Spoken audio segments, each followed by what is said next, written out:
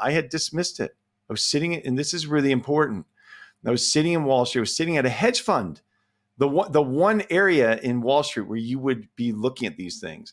And I just dismissed it outright. It's a Ponzi scheme. It's not worth anything. It has no underlying value. It's going to collapse. It's going to go to zero. And so I didn't pay attention.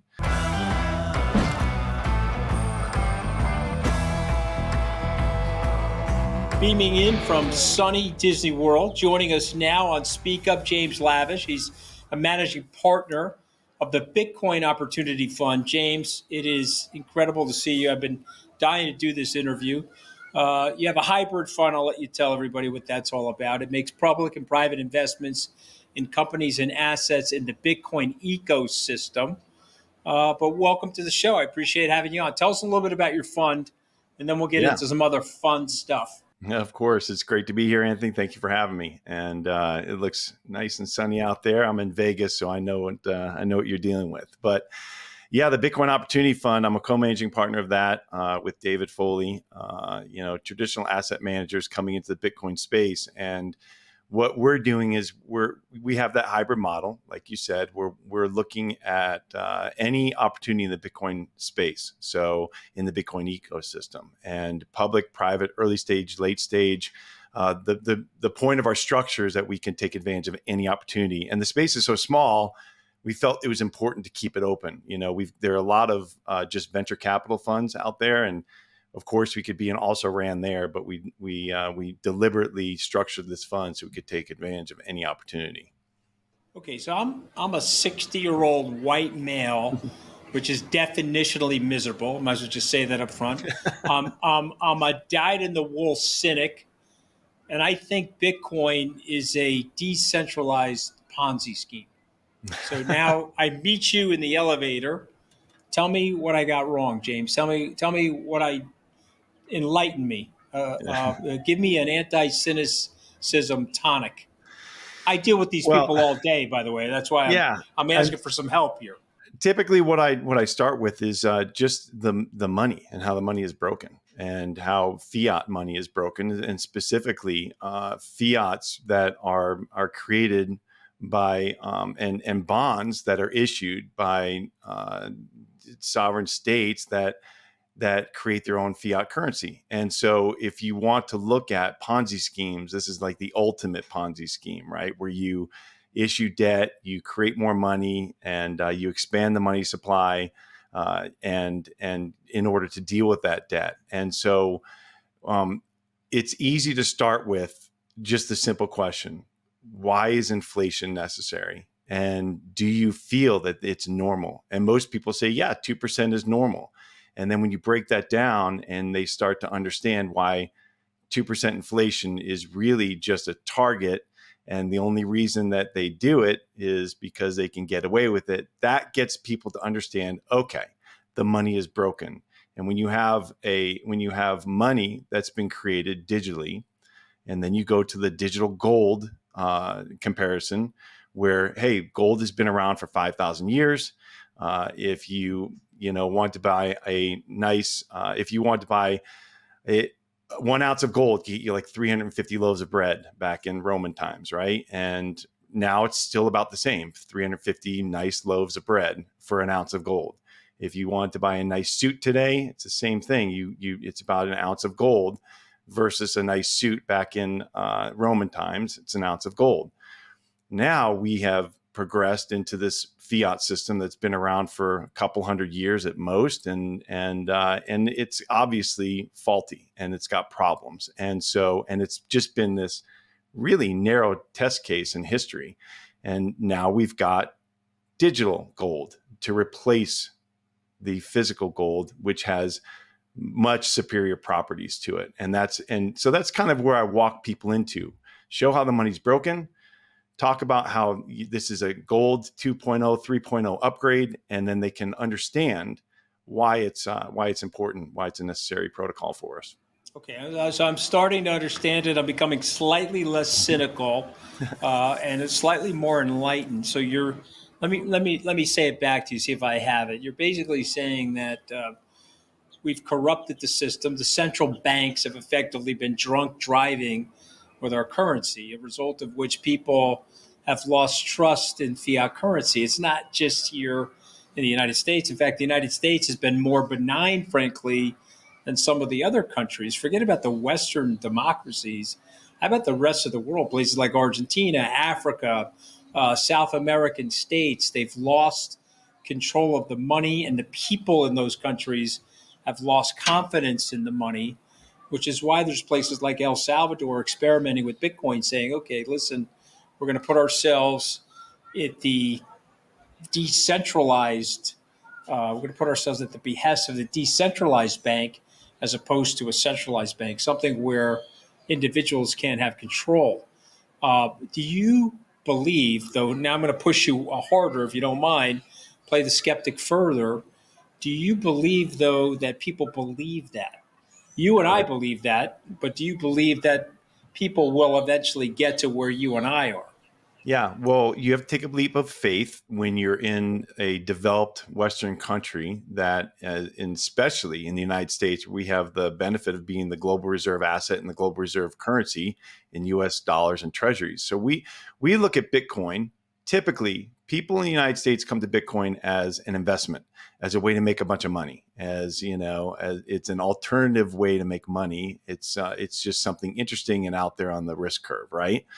But if you go to those countries you're talking about, Venezuela, Argentina, Lebanon, Egypt, these people need a place to store their hard-earned money. So you go out to work, you work for this, you get compensated. And if you don't want to spend all that immediately and you want to save that, where do you save it? You can't access US dollars typically out there. They're difficult to get, they're super expensive. So what do? Do you just keep it in your currency? Do you keep it in the bolivar? Do you keep it in the peso? No, you want to do something else with it. And so even the IMF put out a report that admitted that Bitcoin is an important tool, a store of value for people in those countries. Why? They don't care about the volatility because they know it's a volatility in an asset that's increasing in adoption, which means it's increasing in worth. As opposed to if they put their money in the peso, they know that it's volatile, but it's decreasing down to zero, and it will be revalued time and time again. So this is a really important, form of currency, a form of money for them to store their value in. And then secondly, if they want to flee someplace that is oppressive, this, you've done a lot of work on this, Anthony, that if you want to leave someplace that's oppressive, how do you do that with cash? How do you do that with gold? You can walk across the border, and I know somebody who has done this with his whole family from Venezuela. He talks about it, how he was able to sell all of their assets, put it into Bitcoin, walk across the border to America, have those 12 words in his head, and they took their entire net worth with them. It would not have been possible without Bitcoin. So it's a different mindset, and it's going to grow kind of from the ground up, in my opinion. It's organic, and it's going to grow in these countries that need it so badly.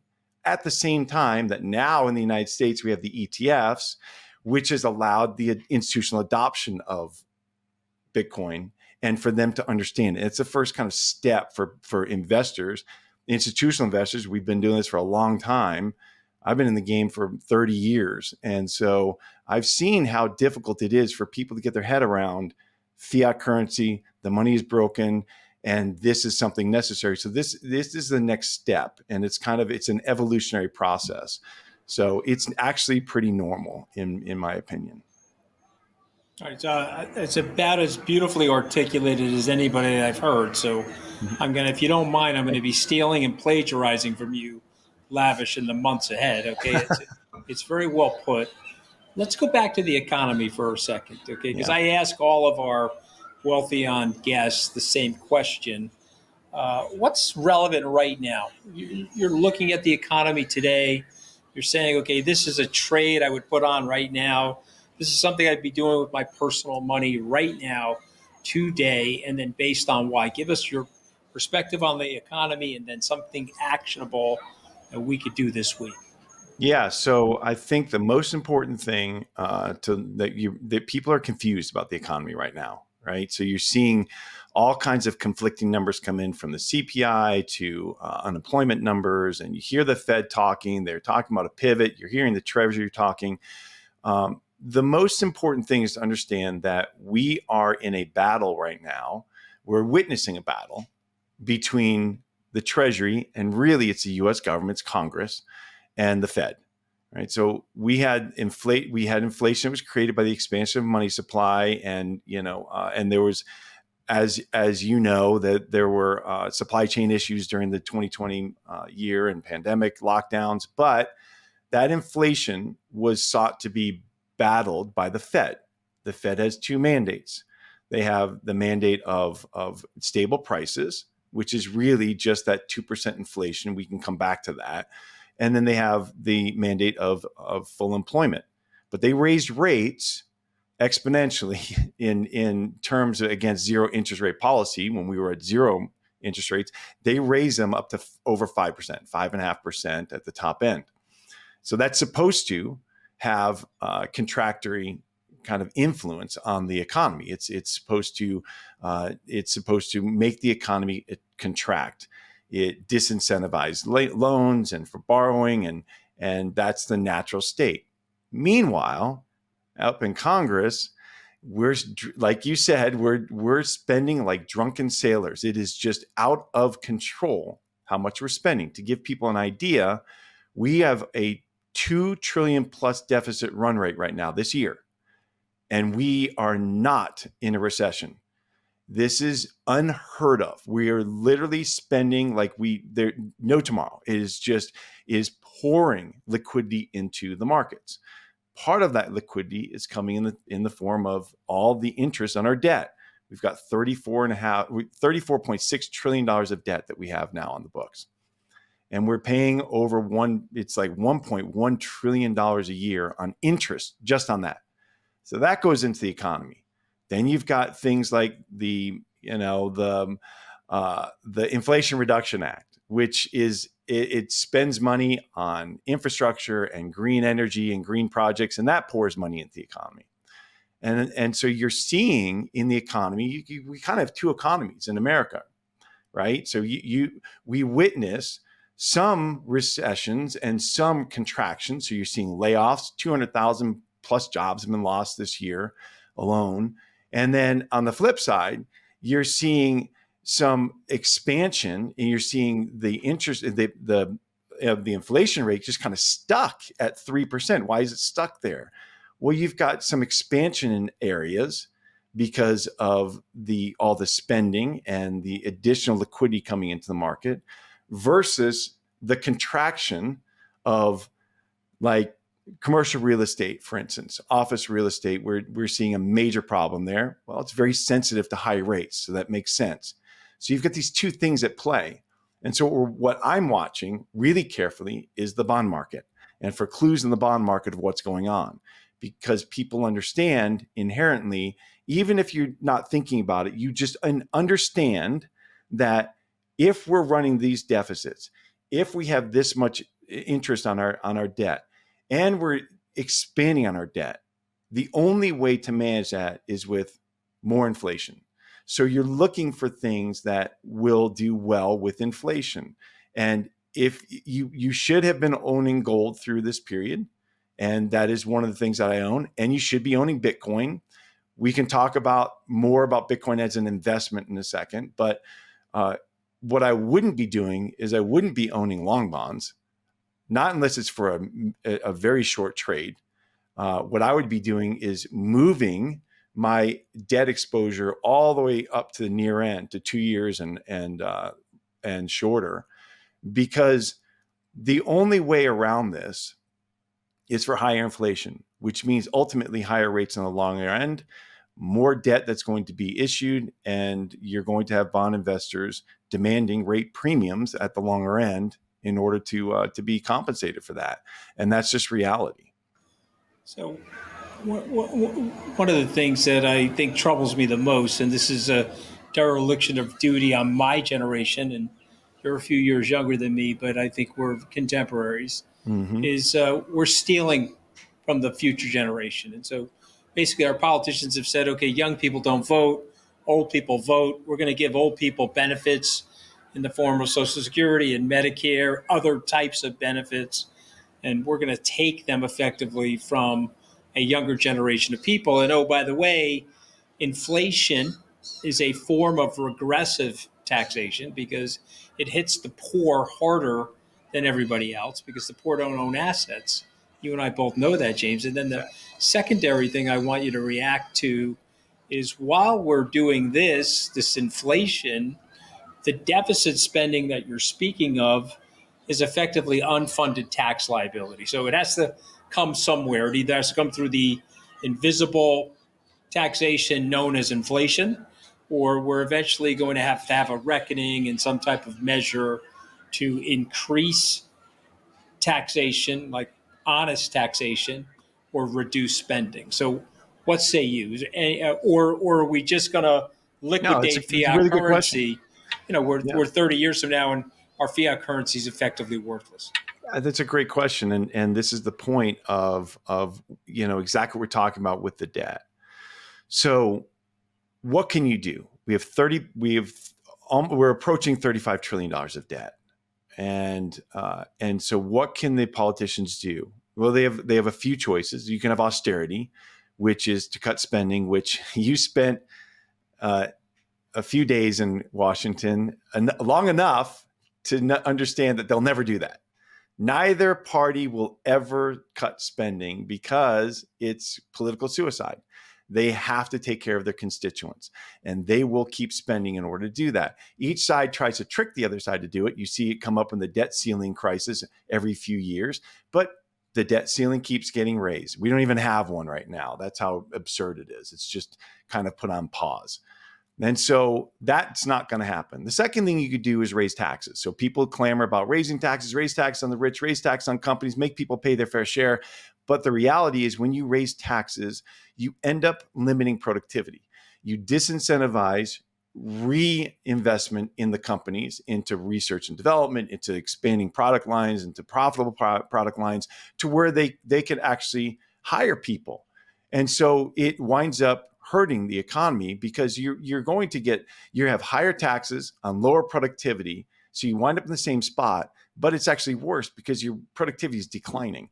So it ends up being worse in the long run. So you don't want to do that. The third thing you can do is just issue more debt, which is what we're watching happen right now.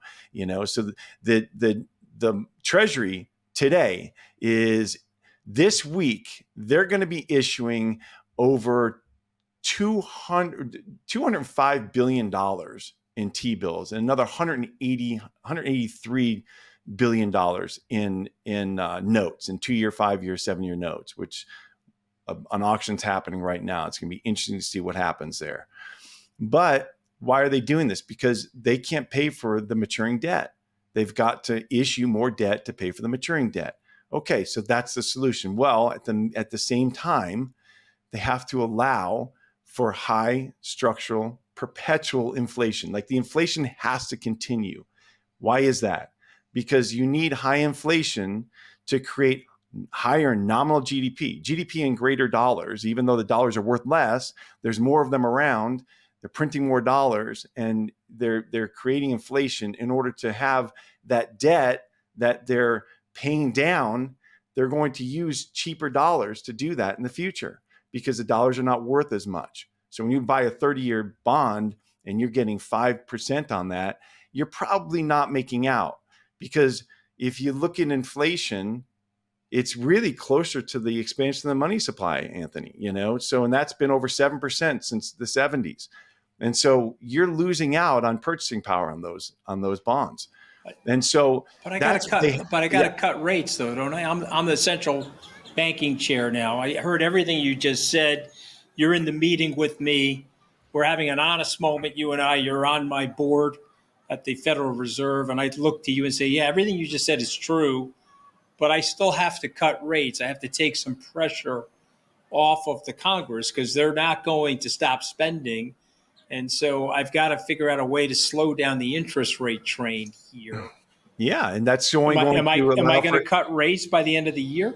you're gonna allow for exacerbated inflation. I do think that they're going to cut rates, but because of what we talked about before, you're seeing two economies, and something will happen between now and the end of the year, whether the commercial real estate problem burns out of control.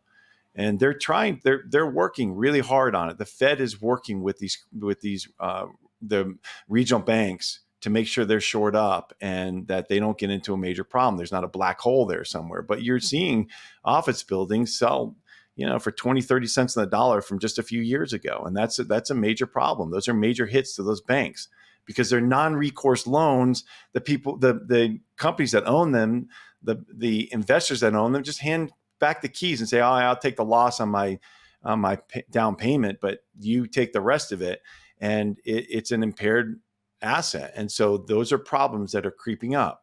I do think that we're running towards, and there's nothing that can stop this, Anthony. Nothing can stop what is happening in Congress unless they cut back spending, which we know they won't do.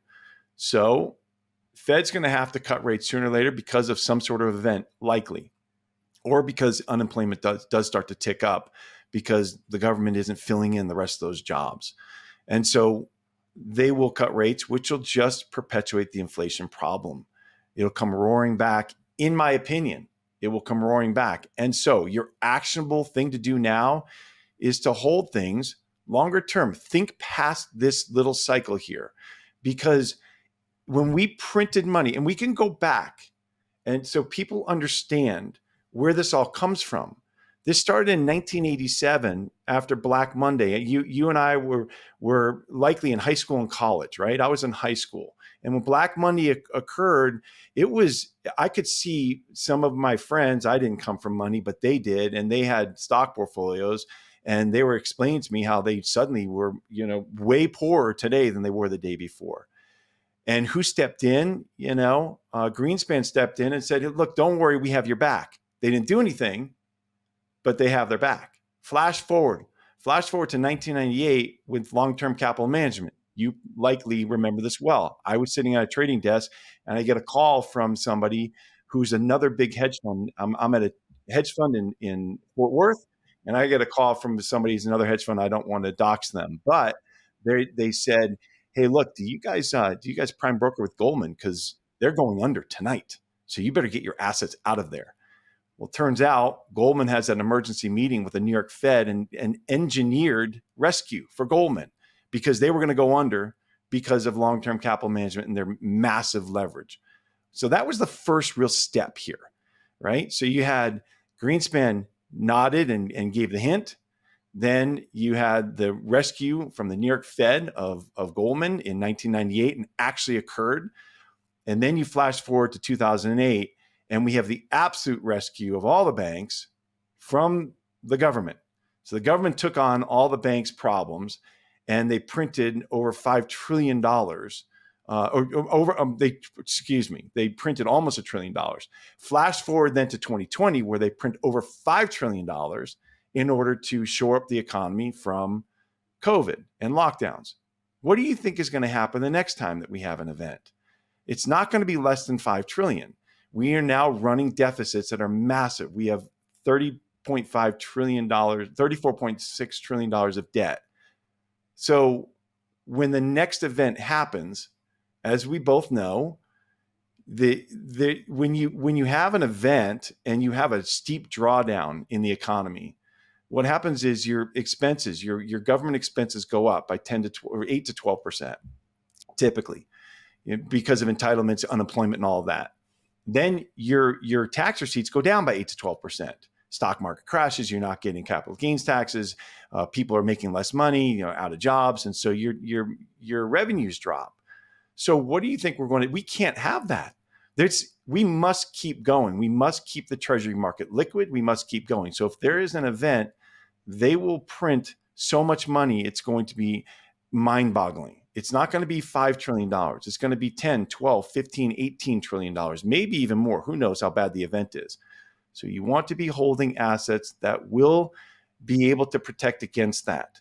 That is the long-term, that is the through this cycle and looking past this cycle play. And that's what I'm recommending. Okay, so where is Bitcoin?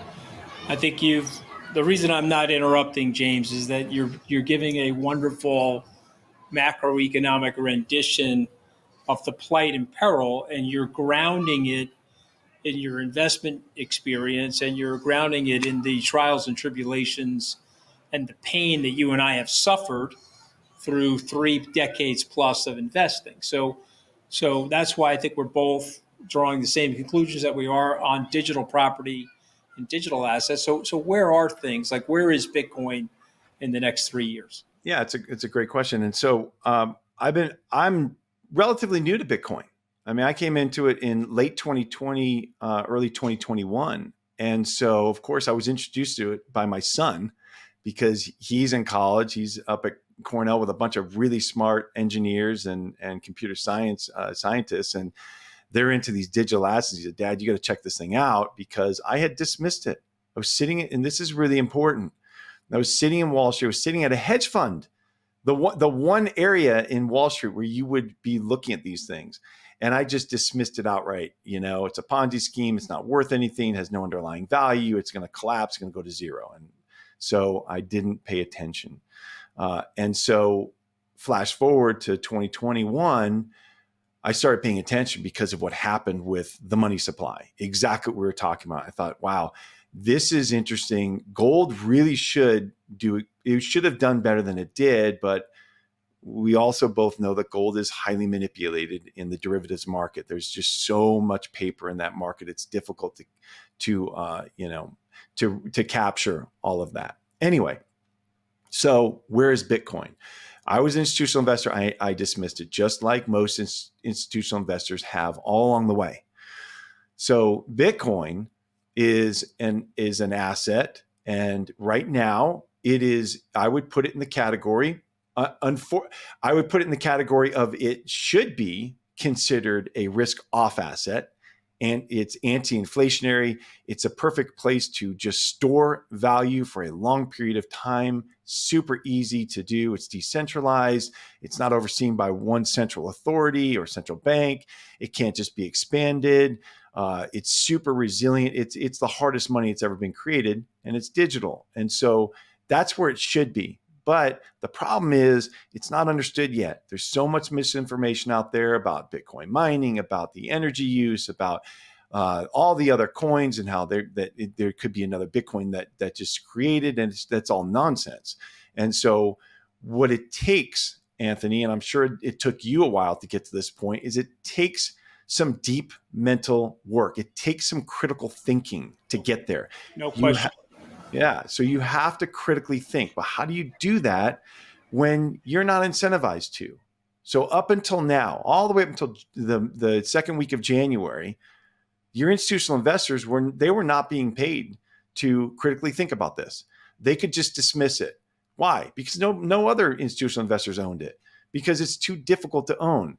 And for your listeners and for the people watching this to understand, coming from institutional investing, it was exceedingly difficult to own Bitcoin prior to this year if you were an institutional investor. Even if you understood it, if you're an analyst, you convince your portfolio manager understands it. He's sitting there at a Cleveland firefighters pension fund, and he's thinking, yeah, but how do I buy it? Is it on a regulated exchange? And then who's overseeing that? And then where does it get settled? Do I settle it with my bank? What's this Coinbase thing? I mean, I don't know if I trust that thing. And who's going to custody it? What do you mean I have to have a key phrase? Am I going to take this home? We're going to put it in a safe here. We're going to put it in a safe deposit box. What if I somehow die, or I quit my job or something? Where's the succession of this knowledge, and how does that get worked out? And then what are the tax implications of it? And so it was so difficult to get past all those questions. Even if you got past it on the portfolio management side, you had to talk to the compliance committee and your internal counsel, your general counsel, and get it approved and have all the checks and balances. And this would take 6, 9, 12 months just to get to that point. And at that point, even if you got it all the way through, you still are staring at the problem of holding your own keys, or finding some sort of custodian that will do that for you. That is not a JP Morgan, that is not a Merrill Lynch or Goldman Sachs. You had to get outside your comfort zone, go to Fidelity or something. It was a huge hurdle. Flat. And then you go to today, and in January we get the approval of these ETFs, and in one fell swoop, just like that, where where the exchanges that they're trading, when it's going to be marked. Like before, you didn't even know. You're going to mark it in London time, New York time, like midnight. Where do we mark it? Now it's going to be marked at New York close, trade on New York Stock Exchange or NASDAQ. You're buying it and settling it with the same prime broker and traders on these regulated exchanges. You've got the same custodian through your prime broker. You know exactly what the settlement DTC. It's just like buying in any other stock. The only question is, are you going to get any margin on it? And that's worked out with each of your prime brokers. But that's it. It's so easy now. So now you're seeing institutions start to dip their toe in. And that's why the price has been stabilized from 30,000 all the way up to 60,000 here. It's kind of stabilized here. Even though it is still considered a risk on asset, it's starting to be considered an asset that you should have in your portfolios. So the career risk of owning it has flipped to the career and personal risk of ignoring it.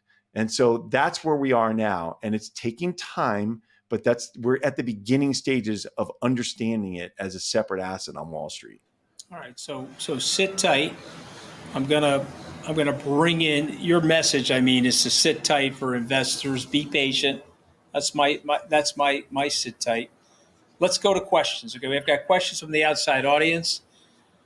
What's going on with the debt box case, and what impacts could this have on crypto going forward?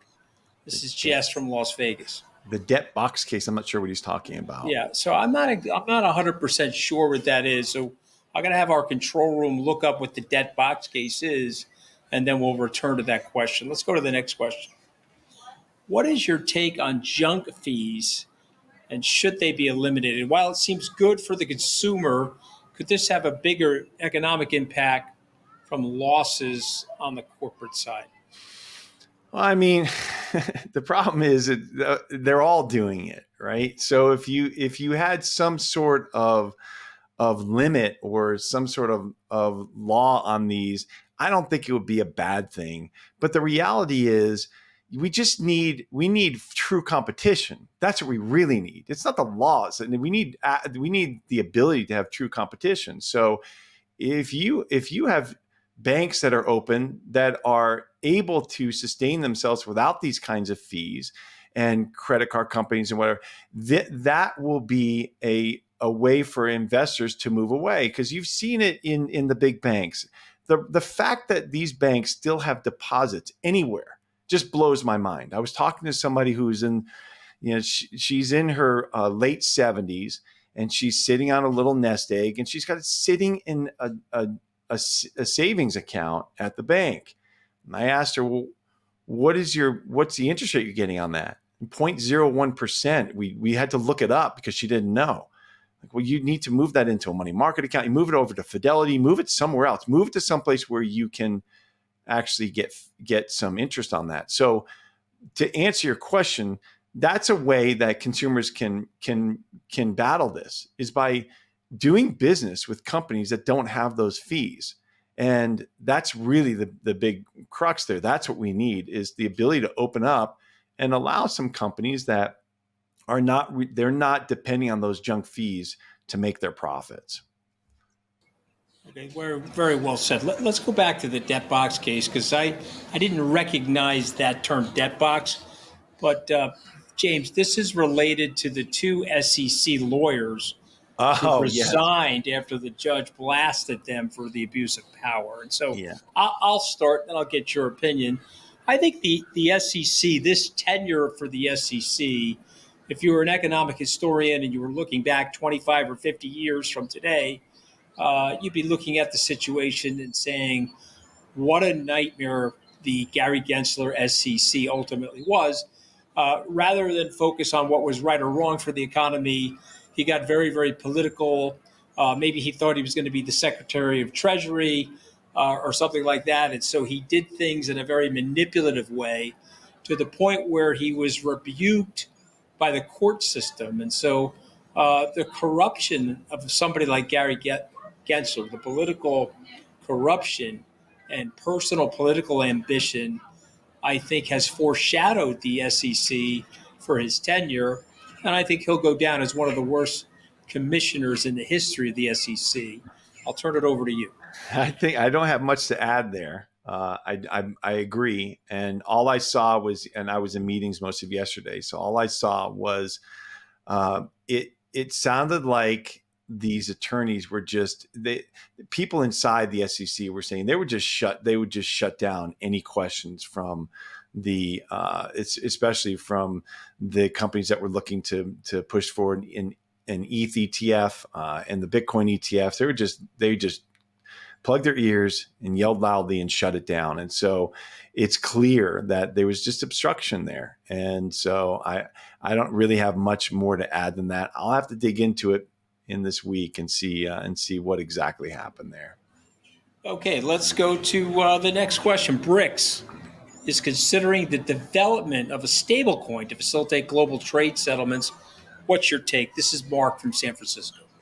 Yeah, so BRICS is an interesting thing. I've written about this. So I don't know if you know this, Anthony, but I have a newsletter I write every week that simplifies financial topics. And so it's free. But the thing about BRICS is it's interesting, but really what it is, it's the significance of BRICS, and just forget about the stable coin right now. The significance of BRICS is that it's a signal to not to America, and in particular, that you have countries that are seeking to not replace the U.S. dollar as global reserve currency, but just to get out from under it. So they want to be able to settle trades and settle cross-border payments without the U.S. dollar, the U.S. Treasury involved. Why is that?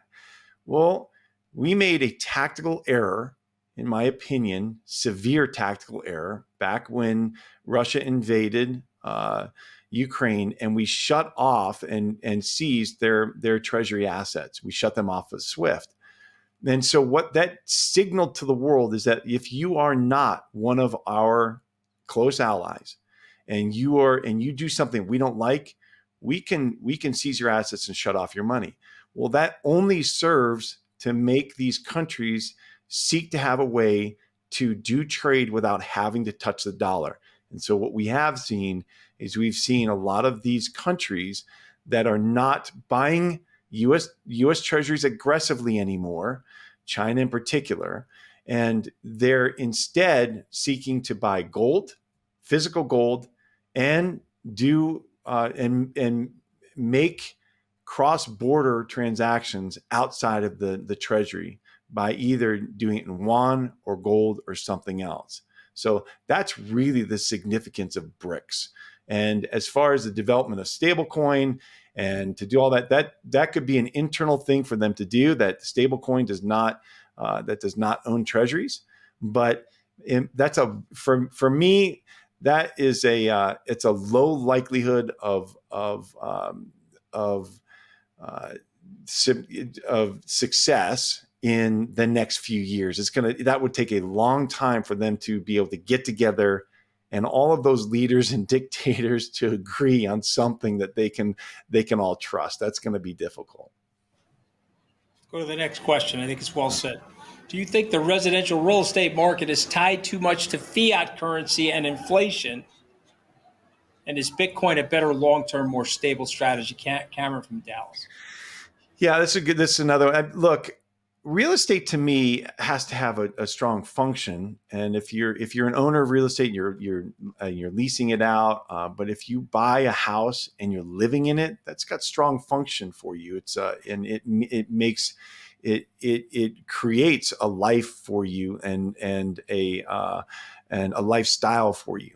So is it tied too much to fiat inflation? Yeah, I mean, everybody talks about how their house is going up in value, but in reality, it's really just the dollar's going down in value versus it. It is a good long-term store of value, but it's super illiquid. So the question really is, what do you want to do with your money? Do you want to invest it in something that will give you a lifestyle and function, or do you need access to that capital quickly? And can you weather storms over the next 3-5 years and be able to hold Bitcoin? I would not say take all of your money and put it in Bitcoin if you might need it in 2 weeks. But if you're not going to need it for years, then you can put a portion of your net worth in Bitcoin and feel comfortable with it, in my opinion. And so it is a good long-term strategy to battle against inflation.